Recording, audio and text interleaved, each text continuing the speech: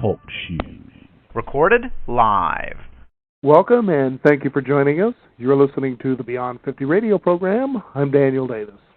On the program today, we're going to be talking about a thing that most people sometimes probably brush under the carpet as being just incidental, and that is coincidence.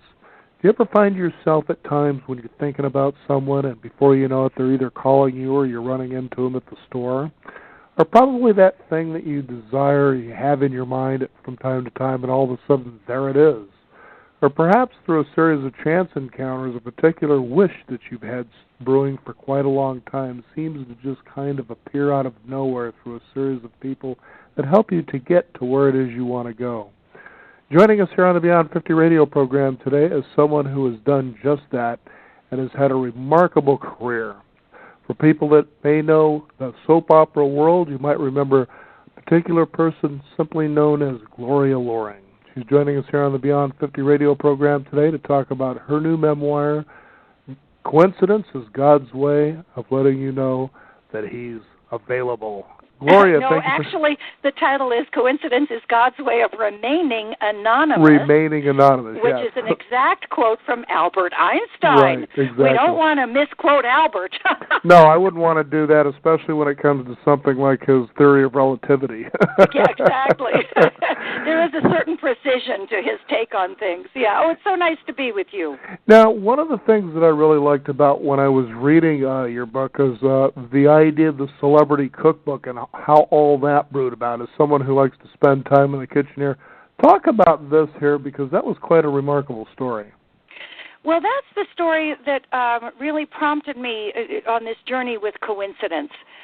Most of us, when we have, as you were saying, sometimes we just brush these things off and we say, well, that was a weird coincidence. I just was thinking about this person and I opened the phone book and here was their name, right? And it fell open to the page with their name, or things like that happen. And what happened for me was my son was diagnosed with diabetes, and he was 4, and it was lifelong insulin injections, and they said he had a chance of not being around after 25 years of diabetes. So the chance of him dying was 50%, although he's had it 34 years now, and he's still with us. So it was really traumatic, and along the way, after quite a few months of his daily injections, he said to me, "Mama, when are my shots going to be over?" And of course, I couldn't tell him never. How do you tell a 4.5-year-old that? So I said, "I don't know, honey, but I'm working on it." And we had joined the Juvenile Diabetes Research Foundation, people who were raising money to find a cure, and I sort of thought to myself, you know what, I am going to work on it. I'm going to find a way to raise money. And then, long story short, because it's a whole 12-page chapter, a series of people and events came into my life that inspired me to create the Days of Our Lives Celebrity Cookbook, including me getting cast on the show 1 year after Brennan was diagnosed. I was playing Liz Chandler. And I had everything ready to go to create this cookbook that we would give away in exchange for a donation for diabetes research. Everything was ready except I had no money for the printing. And 24 hours before I met the man who helped us underwrite the printing, I found a little card that said, "Expect a miracle," in my dressing room. Now, that's all the card said. It's like a little business card. I do not know who put it there to this day, although I have it framed on my office wall. And what happened was 24 hours later, after that card appeared in my dressing room, I had flown to Houston, and I met a man who had met briefly 5 years before. And as I was talking to him about my son's diabetes, a little voice in my head said, "Tell him about the cookbook." And again, it said, "Tell him about the cookbook." And I thought, whoa. So I told him about the cookbook and how we wanted to raise money, but we had no money for printing. And he said, "How much do you need?" And I said, gulp, $40,000. And he said, "You know what? I'll give you 10. Come on out. Let's go to the lobby. I got some friends here tonight, and this is Texas." So we went out there. By the time we finished, I had almost half the money. After trying for 1 year to raise that money to pay for the printing, within 3 weeks of meeting that man, I had all the money I needed. We printed the cookbook. We printed first 50,000 copies, a second 50,000 copies. We did a volume 2 years later, and that cookbook raised $1 million for diabetes research. Now, what I learned quite later on was, first of all, I told that story to someone like you who was an interviewer, and I said, just as you said, I kind of brushed it off. I said, isn't that a weird coincidence to find that little card in my dressing room and then meet the man who gave me some of the money for the printing? And he said, yes, but coincidence is God's way of remaining anonymous. And I said, oh, wait a minute, I got to get a pen. Tell me that. What is that? What is it? Coincidence is God's way of remaining anonymous. And I thought, what does that mean? Oh, it sounds so good, though. You know how we'll hear something, and it just sparks our interest. And that's the secret to coincidence, because that first example of coincidence and intuition, remember, there was a little voice, we call it the still small voice within us, that little nudge from within that was saying to me, tell him about the cookbook, tell him about the cookbook. And all of the things that happened, all the people who came in to help me with that cookbook, meeting that man after the Expect a Miracle card, the little voice in my head, all of those things together give a good visualization of the two main kinds of coincidences. Now, let me clarify. By coincidence, I mean meaningful coincidence for you. Because a coincidence can be described as a meaningful or as a coinciding of meaningful events without a directly attributable cause and effect. Mm-hmm. So I don't know where that card came from, but that Expect a Miracle, but it showed up 24 hours before I met the man. So coincidence has two main types. One is a mirror coincidence, which reflects an issue, Carl Jung talked about this, an issue that has a strong emotional or psychological charge for us.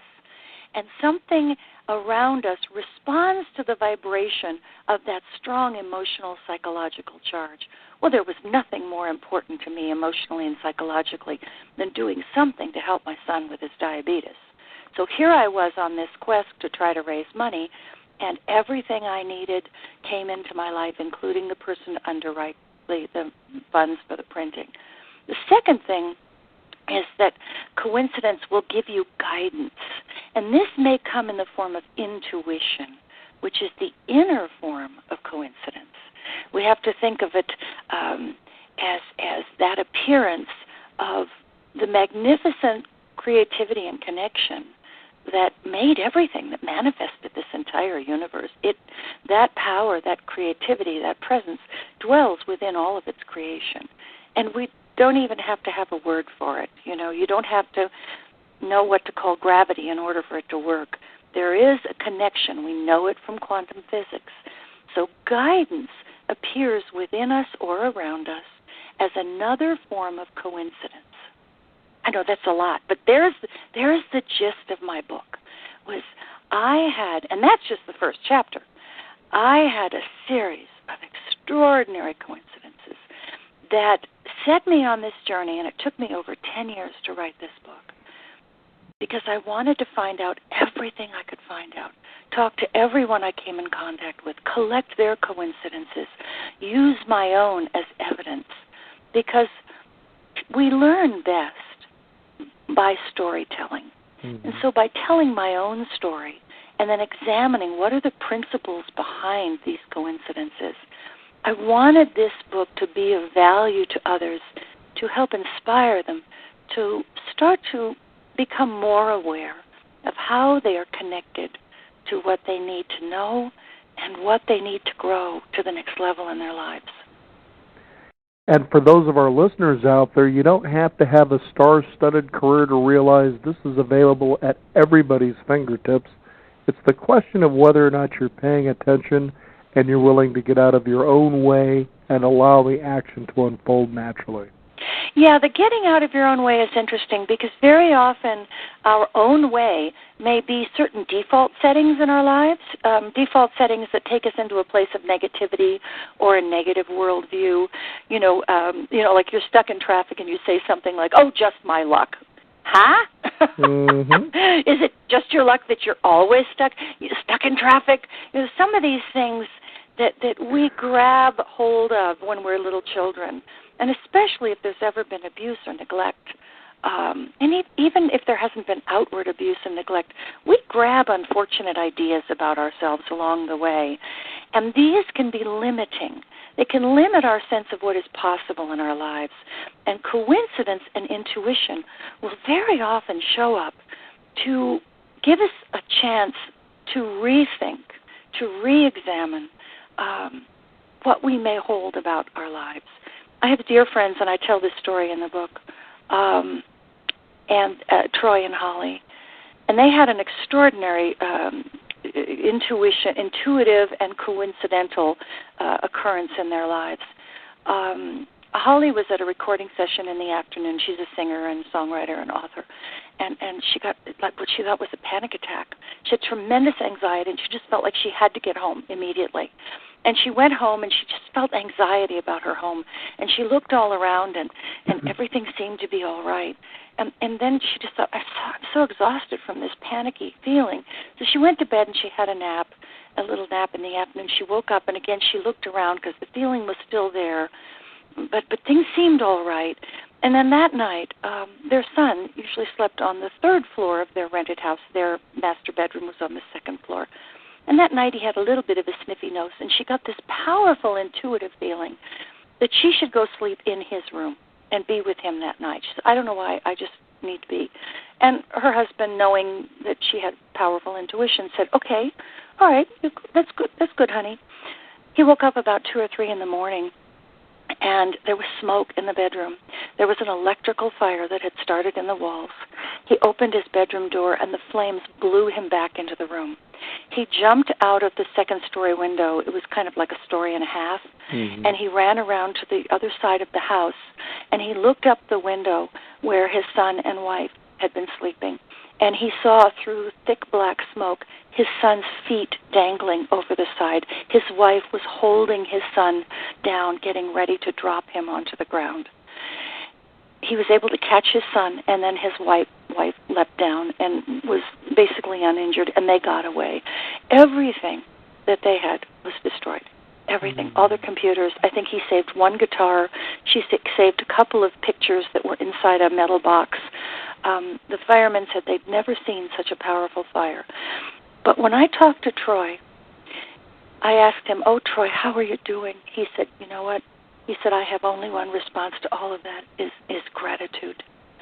Because if we hadn't been warned through my wife's intuition, we would have lost our son that night. He said, I have only gratitude. You know, the thing is you take a look as you read this wonderful memoir, and there are just some fascinating stories in here, and it comes to remind us from time to time that, you know, we've got to count on a lot of the miracles that we tend to experience in our lives and dismiss them as being sort of, you know, non-events. And sometimes they're very small miracles that lead to the large things. You always kind of remember when things are really bad in our lives, and that doesn't mean that you haven't had your share, and there's no doubt about it, of things that haven't been so good in your life. And I remember talking with Shania Twain, and she was telling me, you know, people have such an interesting standard about celebrities, as though once we get to a celebrity status and we're doing well financially, is that we are all of a sudden now immune to emotional trauma. Yes. And she was talking about the breakup at the time with her ex-husband, Mutt Lange, and how this woman had taken over and pretty much ripped him away from her, and how she had to tolerate sometimes even facing him, or excuse me, her on the shores of France where she actually had a home. And she says it was just ripping her apart. And she says, look, you know, we're all human. We all experience these things. But as you move through, you begin to see that somehow that becomes its own miracle, you know. Yes, and the real gift is right there in front of you, but sometimes you just don't believe that through that cloud that seems to be in front of you. Yeah, we are connected. We are connected to each other. We are connected to comfort. And if ever we needed powerful examples of that, we could look right now to Boston and the people who've been hurt, the way that community has responded, the perspective that they call it Boston Strong now. It's so wonderful. And what they've done, you see, I lost my sister. She passed this last year, last April actually, just a week ago. And I remember when she was diagnosed, she decided to completely change her life and do everything and anything that she had been waiting to do. For 10 years, she had wanted, or more than 5 years, 8 years, she had been wanting to stop being the president of her agency and focus more on her children and being a homemaker and a creative person, etc. But she tried to be all things to all people. And the second she was diagnosed with cancer, she said, that's it. I'm quitting the agency.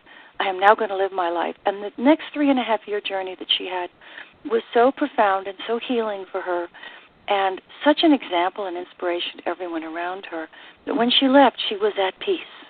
She said it was okay, because what she said was, I'm with God, and my God is good, when they came in to tell her there was nothing more they could do.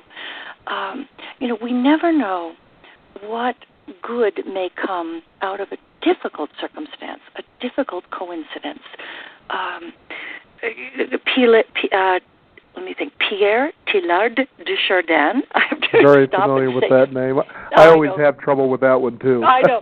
I just say Teilhard de Chardin, a French Christian mystic who is a genius, said a wonderful thing that has sort of been a log line for me, and that is that not everything is immediately good, but everything is capable of becoming good. And sometimes coincidences, events, circumstances, people in our lives can present us with what I call the angels of adversity. They present us with obstacles, difficulties, and there's a way we can use these coincidings that are difficult, that are even tragic. We can ask ourselves, what is this asking of me?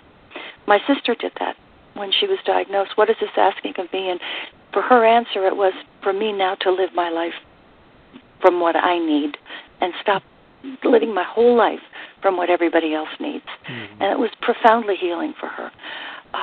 And I found that for myself. Something happened a while ago, and someone did something and said something and whatever, and it was very, very hurtful to me. I mean, deeply, deeply hurtful. And I could say to myself immediately, what is this asking of me? And I thought, well, this is asking me to forgive. And believe me, I have had to forgive 70 times 7. as we are reminded in the Bible, that's a good thing to do. And seven was a number of infinity back in those times. So actually it's saying, keep forgiving forever. Right. So, what is this circumstance asking of me? How can I use this for good? Because when something's difficult, it most likely is asking of us more patience, a larger vision of my life and everyone's life, compassion, forgiveness, gentleness, those kinds of great humility maybe, those kinds of great qualities. And so we can find good in everything that comes our way. Even people who've lost children have formed scholarships, gone out to try to quell school violence or bullying, or people are out there taking the harm that's come into their lives and turning it like 180 degrees to find the good in it. And that's also something I talk about in my book, in Chapter 12, that there are really only two choices. There's love and there's fear. And fear contracts. It moves us away. It closes us down. Love expands. Love connects us. And when I first heard that idea, I thought, well, that's a little simplistic. But then as I have lived through the last years, I've realized that it is true. That there's the loving response. What would love do? and then there's the fearful response. And you can tell if you have a fearful response because you won't feel good. You'll feel sad, depressed, angry, revengeful. Those are all aspects of fear. When we sit and bring love into our heart, when we access the love that's already in our heart, in our being, that's available to us at all times, then we can move into a new way of maybe handling a difficulty or an obstacle. That's the great gift of coincidence. Mm-hmm. And sometimes it's pretty miraculous, Gloria, when we kind of feel that we're sinking in that ocean of despair, and somehow a lifeline gets cast out to us in one of the most unique ways. And I thought one of the most extraordinary stories that I remember reading in your memoir was that came from an anonymous person in Nebraska. Yes. Isn't that's the story that once that happened, I knew someday I have to write this in a book. Right. So I will, let me see how much, we've got a little bit of time. Okay, good. We do. I wanted to make sure I wasn't, like... Time is my way of remaining available. Get halfway through the story and have you say, okay, we're out of time. No, I wouldn't do that to you, especially someone with a number one hit or several of them, but the big one, Friends and Lovers, and, I was taking a look at some of your background, some of the things I didn't even know. For instance, you were the theme song backing for things like Different Strokes and Facts of Life, and I was like, I was boy, and here you just think about someone who was involved in, a big soap, it was a big soap star, but it was much more than that, and it was just such a marvelous read. But this thing, with Nebraska, because I've seen and experienced those kinds of things, and I think when our listeners hear this story, they'll be like, why did I pass that off as such a small non-event when it's sometimes a lot bigger than you think?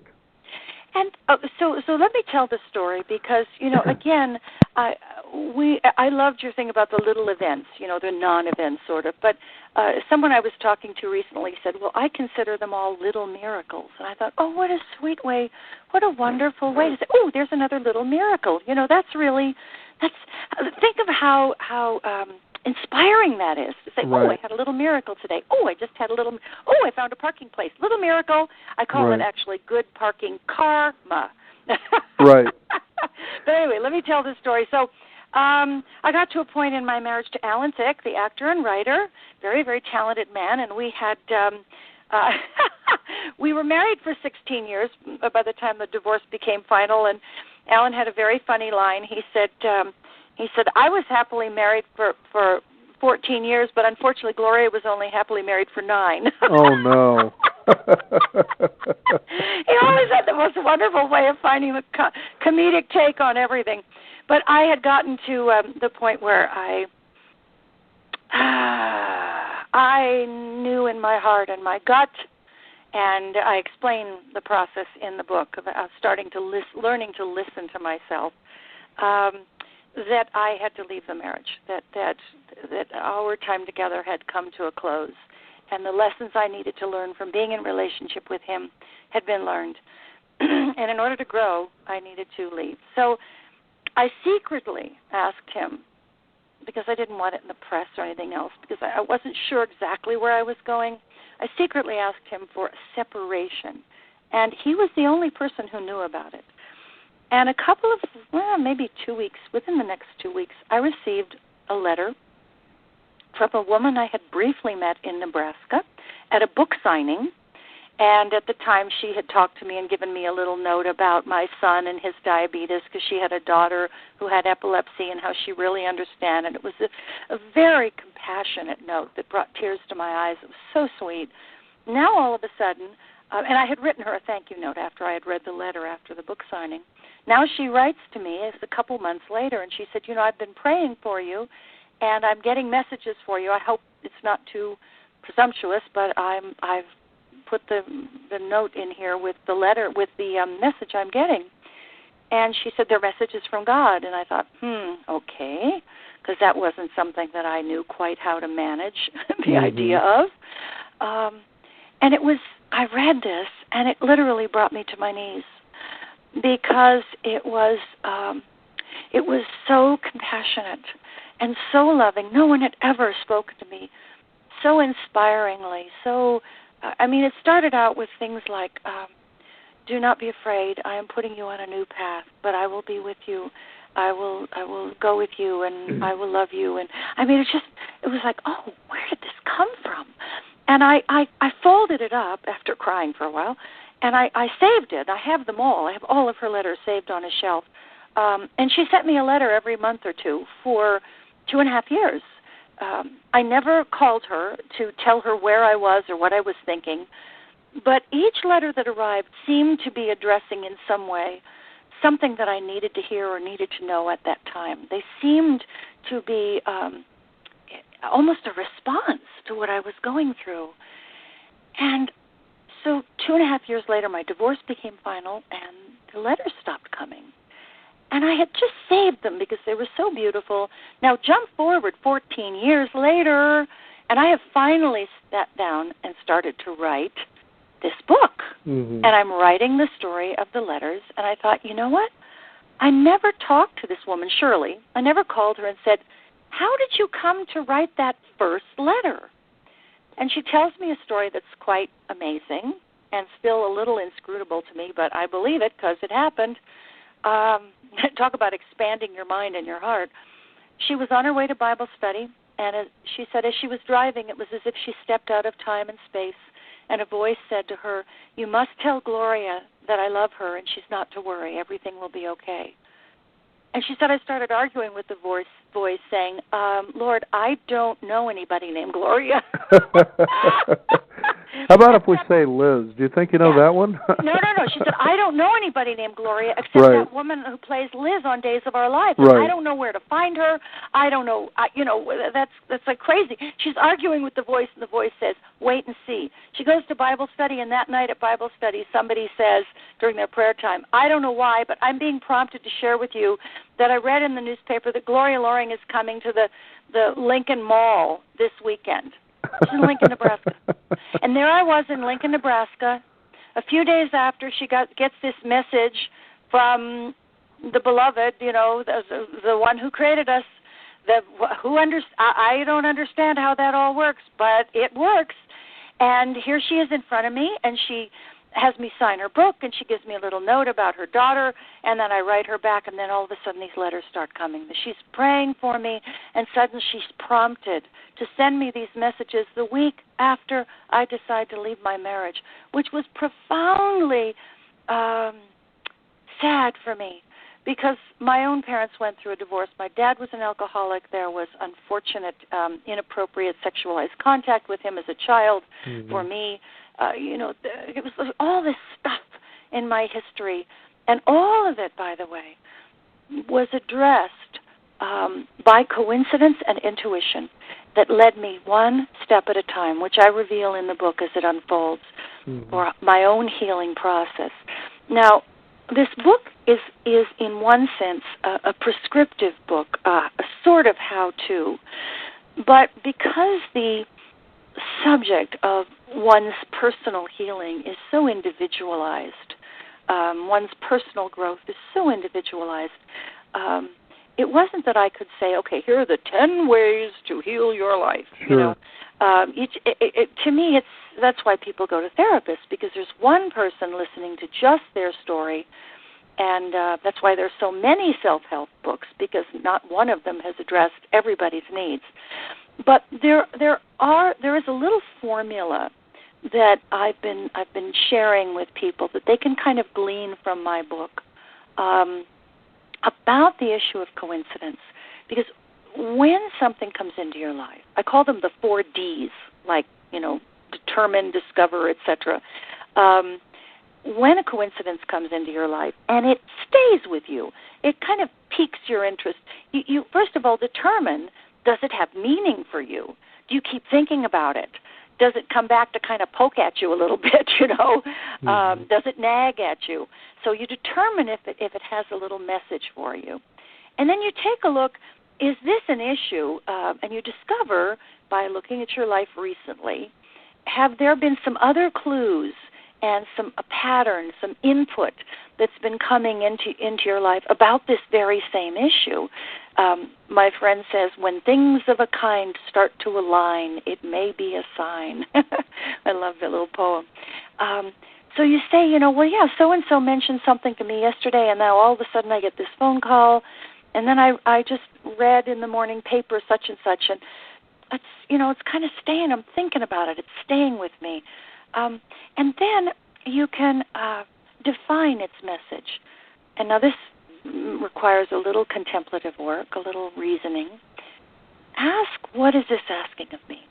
Literally, think about the circumstance, the person, the event, the coincidence. What is this asking of me? And again, it may be asking forgiveness, patience, compassion, etc. Some quality that we can all have more of. It's not going to hurt any of us, certainly. Mm-hmm.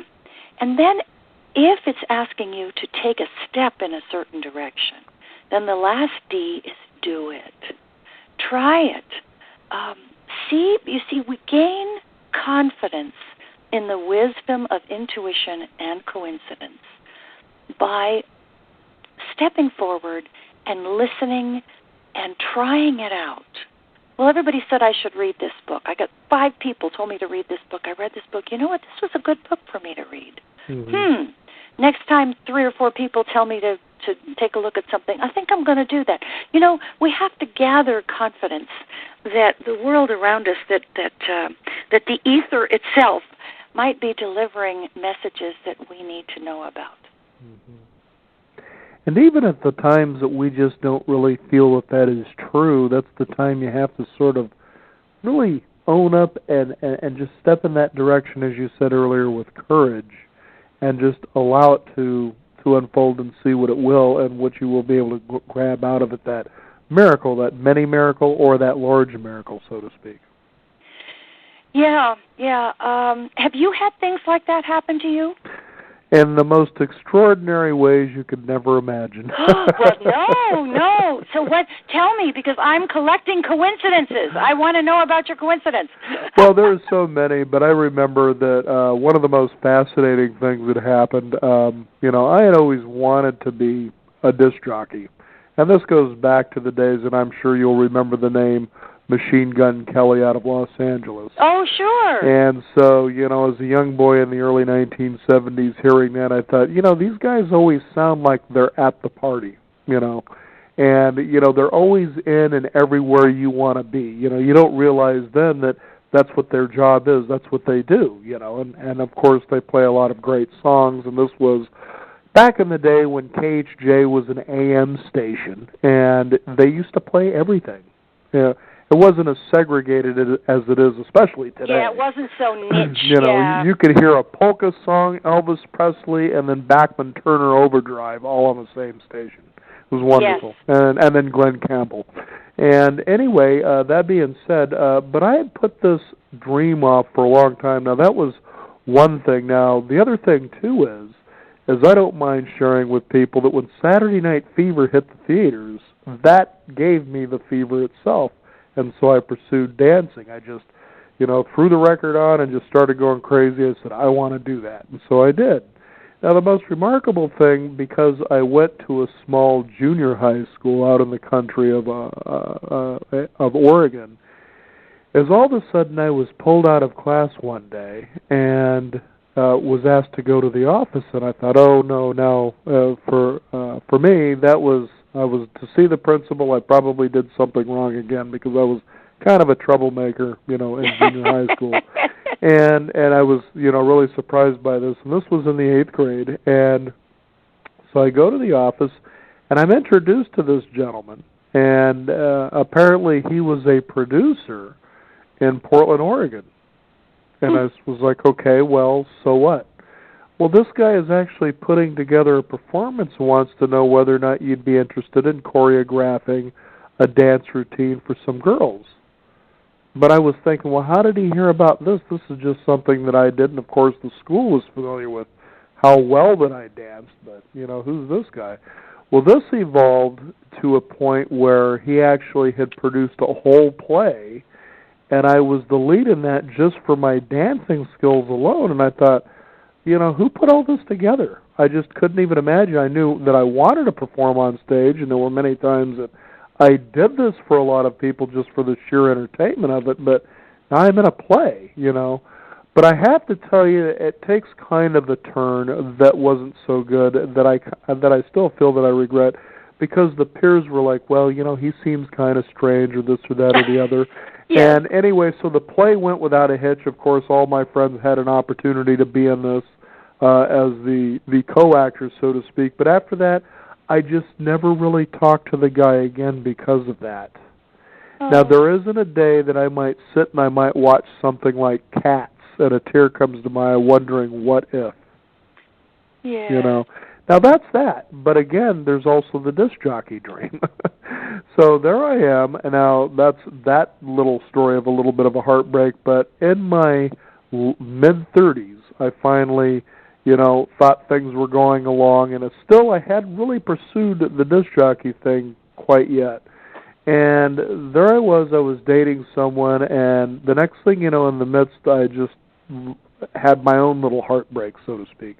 And so what had happened, now here's what's interesting about this message and why your book has tremendous relevance in paying attention, listening to that inner voice, is this. When that breakup had happened, she just kind of gave me the feeling I just wasn't good enough. Now there you go, that's the voice to me saying you're not worthy.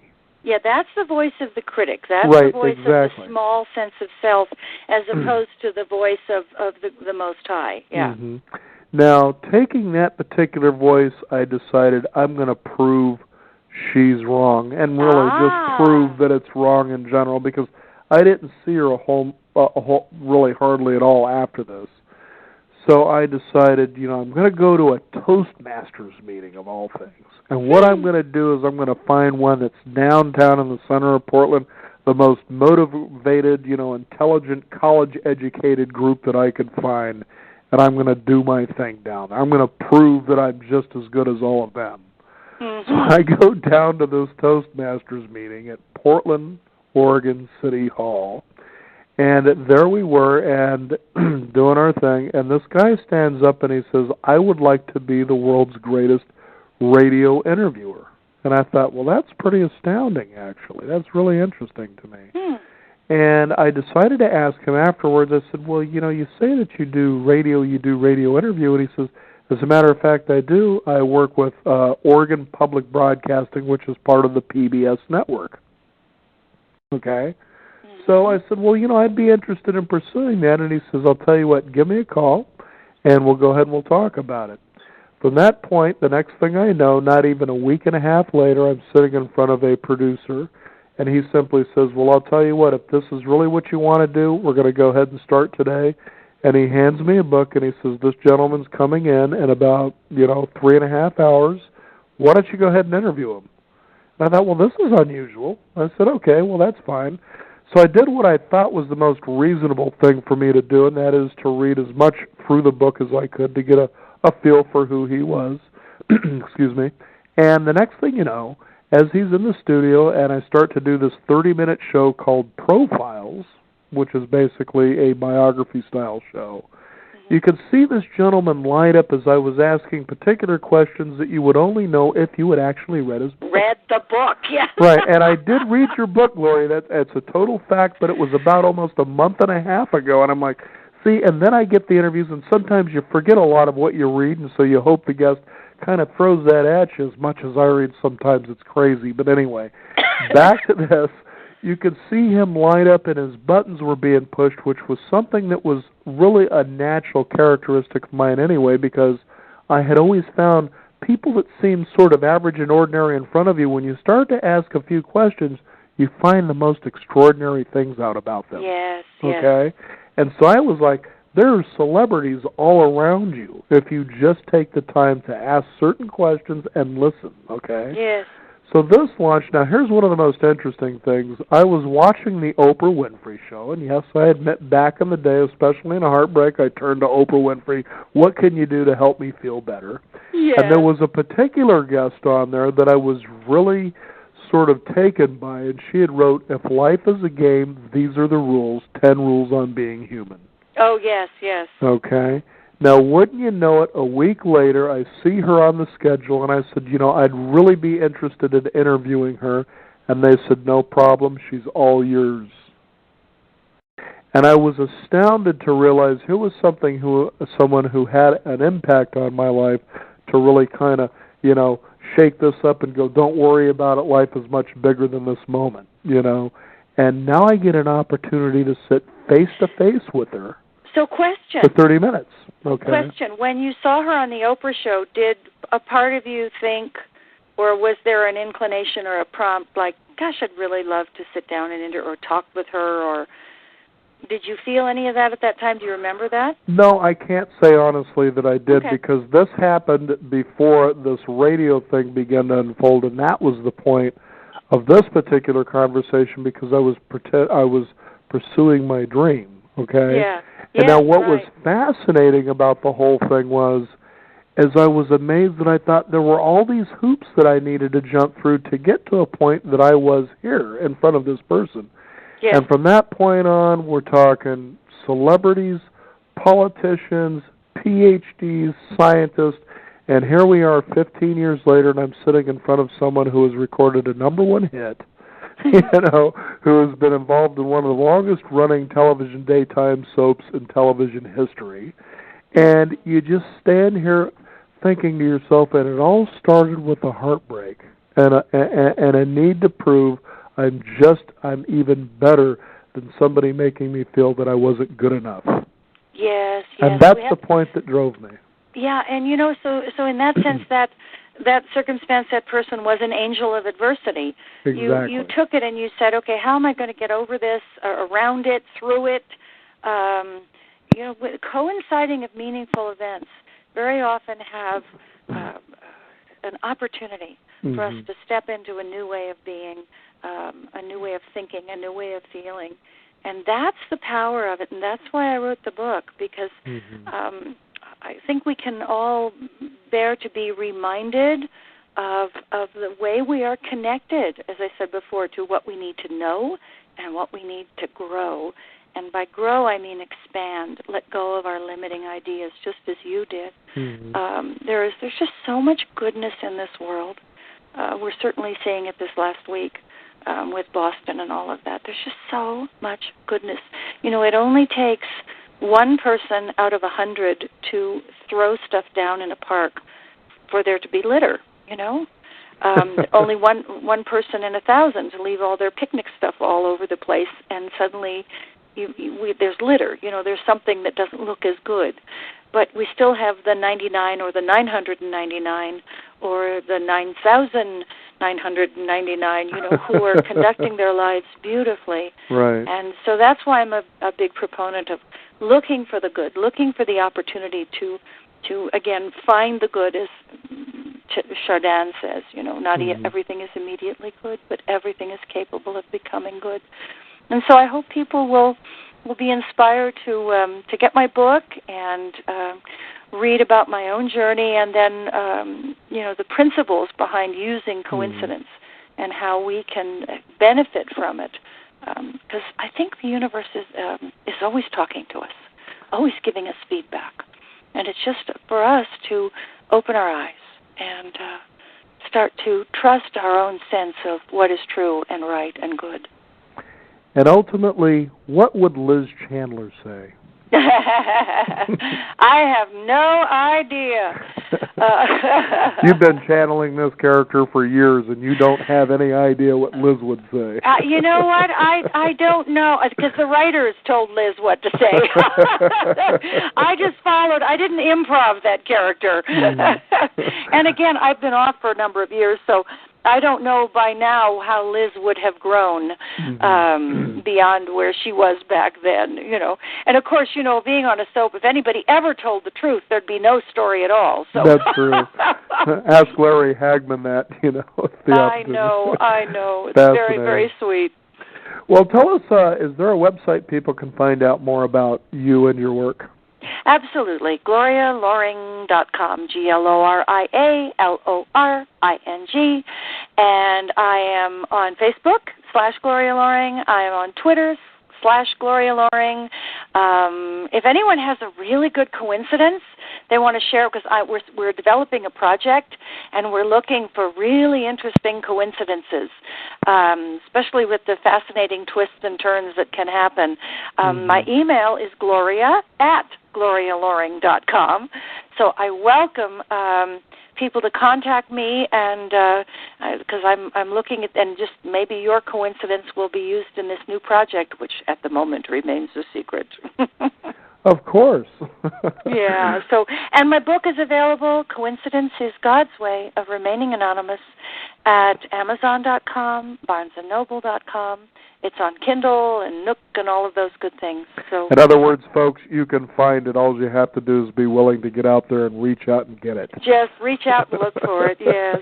Well, thank you so much, Daniel. This has just been such a pleasure. Thank you so much, Gloria. It's been a real pleasure for me as well. You take care. All right, take care. We want to thank you, the listeners out there, for tuning in. Again, the book is Coincidence is God's Way of Remaining Anonymous, and our guest today, Miss Gloria Loring. You can find out more about that by visiting us at our blog spot. That is beyond50radio.blogspot.com. That is the number 50. We do also have a place where you can sign up for our free weekly e-news update as well. I'm Daniel Davis. Thank you again for tuning in. This is the Beyond 50 radio program, and remember, live your day past halfway.